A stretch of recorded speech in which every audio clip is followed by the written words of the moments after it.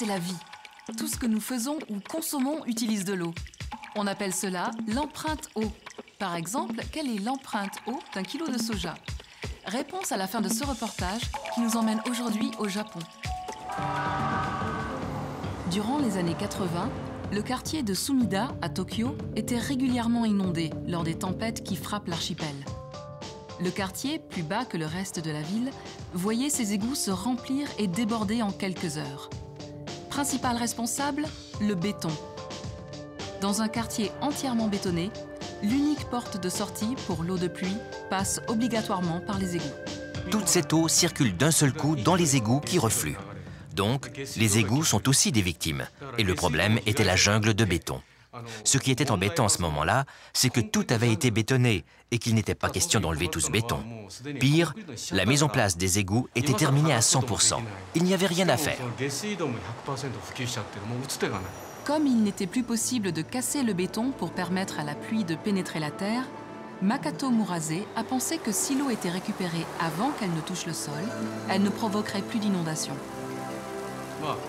Nous avons calculé la quantité d'eau qu'il serait effectivement possible de recueillir. Par exemple, nous avons évalué la quantité de pluie qui tombe en un an sur tout l'arrondissement Sumida. Ça représente 20 millions de tonnes annuellement, 20 millions de mètres cubes. Les toits des immeubles ont été équipés pour capter, canaliser et récupérer l'eau de pluie. Le bâtiment de la mairie a été équipé de 4 puits pouvant contenir 1000 mètres cubes d'eau chacun. Cette eau de récupération est distribuée dans le réseau sanitaire et les toilettes de l'immeuble. Depuis cette expérience, les nouvelles constructions à Sumida intègrent automatiquement ce système de récupération et recyclage de l'eau de pluie. Il y a un réservoir souterrain d'eau de pluie de 20 mètres cubes. Avec cette pompe à main, quand il y a une panne d'électricité, après un tremblement de terre, avec cette pompe, on peut fournir de l'eau.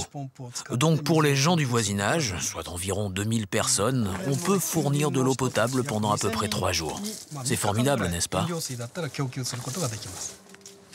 En quelques années, dans le quartier de Sumida à Tokyo, la pluie est passée de l'état de catastrophe naturelle à celui de ressource indispensable. Je pense que c'est vrai. Partout dans le monde, il y a beaucoup de citadins qui croient que la pluie est une nuisance, qu'elle est désagréable. C'est particulièrement vrai au Japon. Il s'agit de changer cette façon de penser. Non, la pluie, c'est quelque chose de formidable.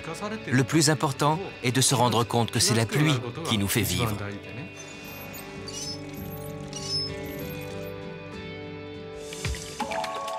C'est tout pour aujourd'hui.